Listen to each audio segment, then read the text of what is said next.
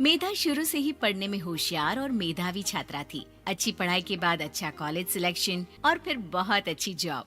तूने तो मेरा नाम रोशन कर दिया मेधा। अरे लेकिन ये जो काम करने का तरीका है ना, इसे बदल ले। 18 घंटे काम करेगी तो कल को बच्चा कैसे संभालेगी? तुम्हारी तरह पागल नहीं हूँ माँ, जो बच्चे और परिवार में फंस जाऊँ। मैं तो जिंदगी खुल कर जीऊंगी। सब कहने की बात होती है बेटा, अपने बच्चे का सुख हर कोई चाहता है। वक्त बीतता है और मेधा की शादी हो जाती है। शादी के कुछ सालों में ही मेधा एक सुंदर से बेटे की माँ बन जाती है। अरे यार, मेरी मैटरनिटी लीव खत्म हो रही है, क्या करे? माँ भी नहीं आ सकती, कैसे मैनेज करूँ? ऐसा करते हैं, इसके लिए एक केयर टेकर रख लेते हैं, वो देखा करेगी इसे।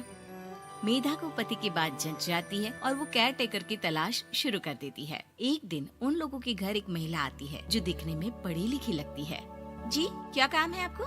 मैम, मेरा नाम स्नेहा है। आपका एड देखा केयर टेकर का, क्या मैं आपके यहाँ काम कर सकती हूँ? हाँ, क्यों नहीं, लेकिन आप तो अच्छे घर की लगती हैं, फिर नौकरी क्यों?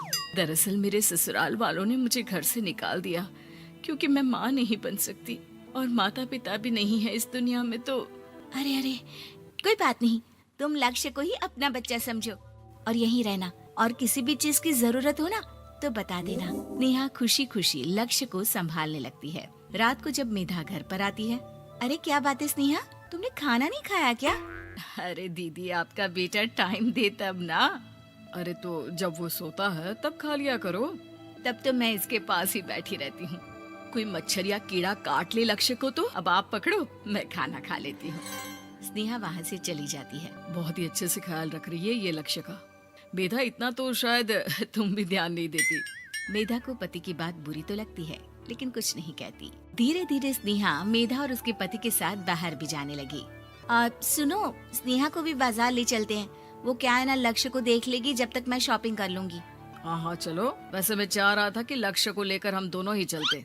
क्या यार, तुम तो फ्री में इमोशनल हो जाते हो, कितना देख लेंगे हम दोनों मिलकर, ले चलो उसे। कार से निकलकर मेधा और लक्ष्य रोड क्रॉस कर रहे थे कि सामने से कार आ जाती है। मेधा का ध्यान नहीं होता, लेकिन स्नेहा तुरंत लक्ष्य को मेधा से छीन लेती है। मेधा गिर जाती है और कार मेधा को छूकर निकलती है, जिससे मेधा को खून आ जाता है। पति मेधा को हाथ देकर उठाता है। स्नेहा लक्ष्य को लेकर गले लगाई रहती है। थैंक्स स्नेहा, मैंने तो ध्यान ही नहीं दिया था कि कार आ रही है। स्नेहा का गुस्सा मालकिन पर टूट पड़ता है। अरे कैसी माँ है आप, अगर आज कुछ लक्ष्य को हो जाता तो मैं आपको कभी माफ नहीं करती। छोटा सा बच्चा है, उसे चोट लगती है तो पता है कितनी तकलीफ होती है। पति भी स्नेहा को देखने लगता है कि उसे क्या हो गया। मेधा को स्नेहा पर काफी गुस्सा आ जाता है। घर आकर कहती है, देखो स्नेहा, माना तुम लक्ष्य को बहुत प्यार करती हो, लेकिन वो मेरा बेटा है, मैं कभी जानबूझकर उसके साथ बुरा नहीं कर सकती, समझी? मुझे माफ कर दीजिए, मैं लक्ष्य को लेकर कुछ ज्यादा ही सेंसिटिव हो चुकी हूँ। मैं ध्यान रखूंगी कि आगे से ऐसा ना हो। मेधा का मन स्नेहा से अब हटने लगा था। एक शाम मेधा ऑफिस से घर आती है कि लक्ष्य उसे दिखाई नहीं देता और ना ही स्नेहा। वो स्नेहा के कमरे में जाती है जहाँ दोनों सो रहे होते हैं। अरे स्नेहा, लक्ष्य को आज इस कमरे में क्यों सुला दिया? दीदी, मुझे नींद आ रही थी, ऐसे में उसे कमरे में अकेले लिटाना मुझे ठीक नहीं लगा। मेधा बच्चा उठाने लगती है कि स्नेहा टोक देती है। रहने दीजिए ना दीदी, सो रहा है, फालतू में नींद खराब हो जाएगी।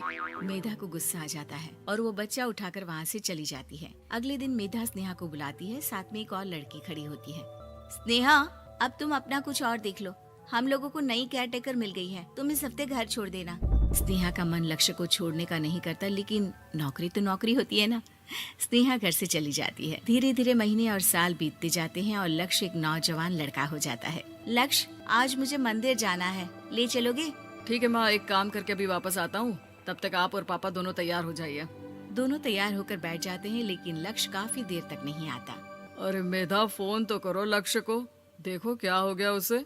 मेधा फोन करती है तो पता चलता है कि लक्ष्य का एक्सीडेंट हो गया है और वो सिटी अस्पताल में है। जल्दी चलिए, पता नहीं कैसा होगा मेरा बेटा। अरे चिंता ना करो, सब ठीक होगा, मैं अभी कार निकालता हूँ। दोनों मियाँ बीवी अस्पताल पहुँचते हैं, जहाँ वो लोग देखते हैं कि लक्ष्य बिस्तर पर पड़ा होता है। एक महिला इन्हें यहाँ लेकर आई है, वो वहाँ बैठी है, लेकिन फिलहाल तो आप लोगों को इनके लिए किडनी का प्रबंध करना होगा। एक्सीडेंट में इसकी किडनी डैमेज हो गई है। मेरी ले लीजिए डॉक्टर साहब, मेरे बेटे को बचा लीजिए। नहीं नहीं, आप माँ हैं, आपकी नहीं ले सकते, पिता की भी नहीं। आप किसी रिलेटिव या दोस्त से पता कर लें, और हाँ थोड़ा जल्दी करें क्योंकि देर होने से मामला बिगड़ सकता है। मेधा बैठकर रोने लगती है कि वहाँ डॉक्टर आ जाते हैं। जिस औरत ने आपके बेटे को यहाँ भर्ती कराया था वो अपनी किडनी आपके बेटे को देना चाहती है। हाँ? कौन है वो? कहाँ है वो? तभी वहाँ स्नेहा आ जाती है। स्नेहा तुम? मैं लक्ष्य को पहचान नहीं पाई थी, लेकिन आप लोगों को देखकर समझ गई कि ये लक्ष्य है, इसलिए वापस आ गई। मैं अपनी किडनी आपके बेटे को देना चाहती हूँ। मेरी अपनी तो कोई औलाद नहीं, लेकिन लक्ष्य में मैंने हमेशा अपना बच्चा देखा। तुम धन्य हो स्नेहा, जो इतने साल में भी लक्ष्य को भूल नहीं पाई। सही मामले में तो वो तुम्हारा ही बच्चा होगा, क्योंकि जन्म भले ही मैंने दिया हो, लेकिन आज तुम उसकी जिंदगी बचा रही हो।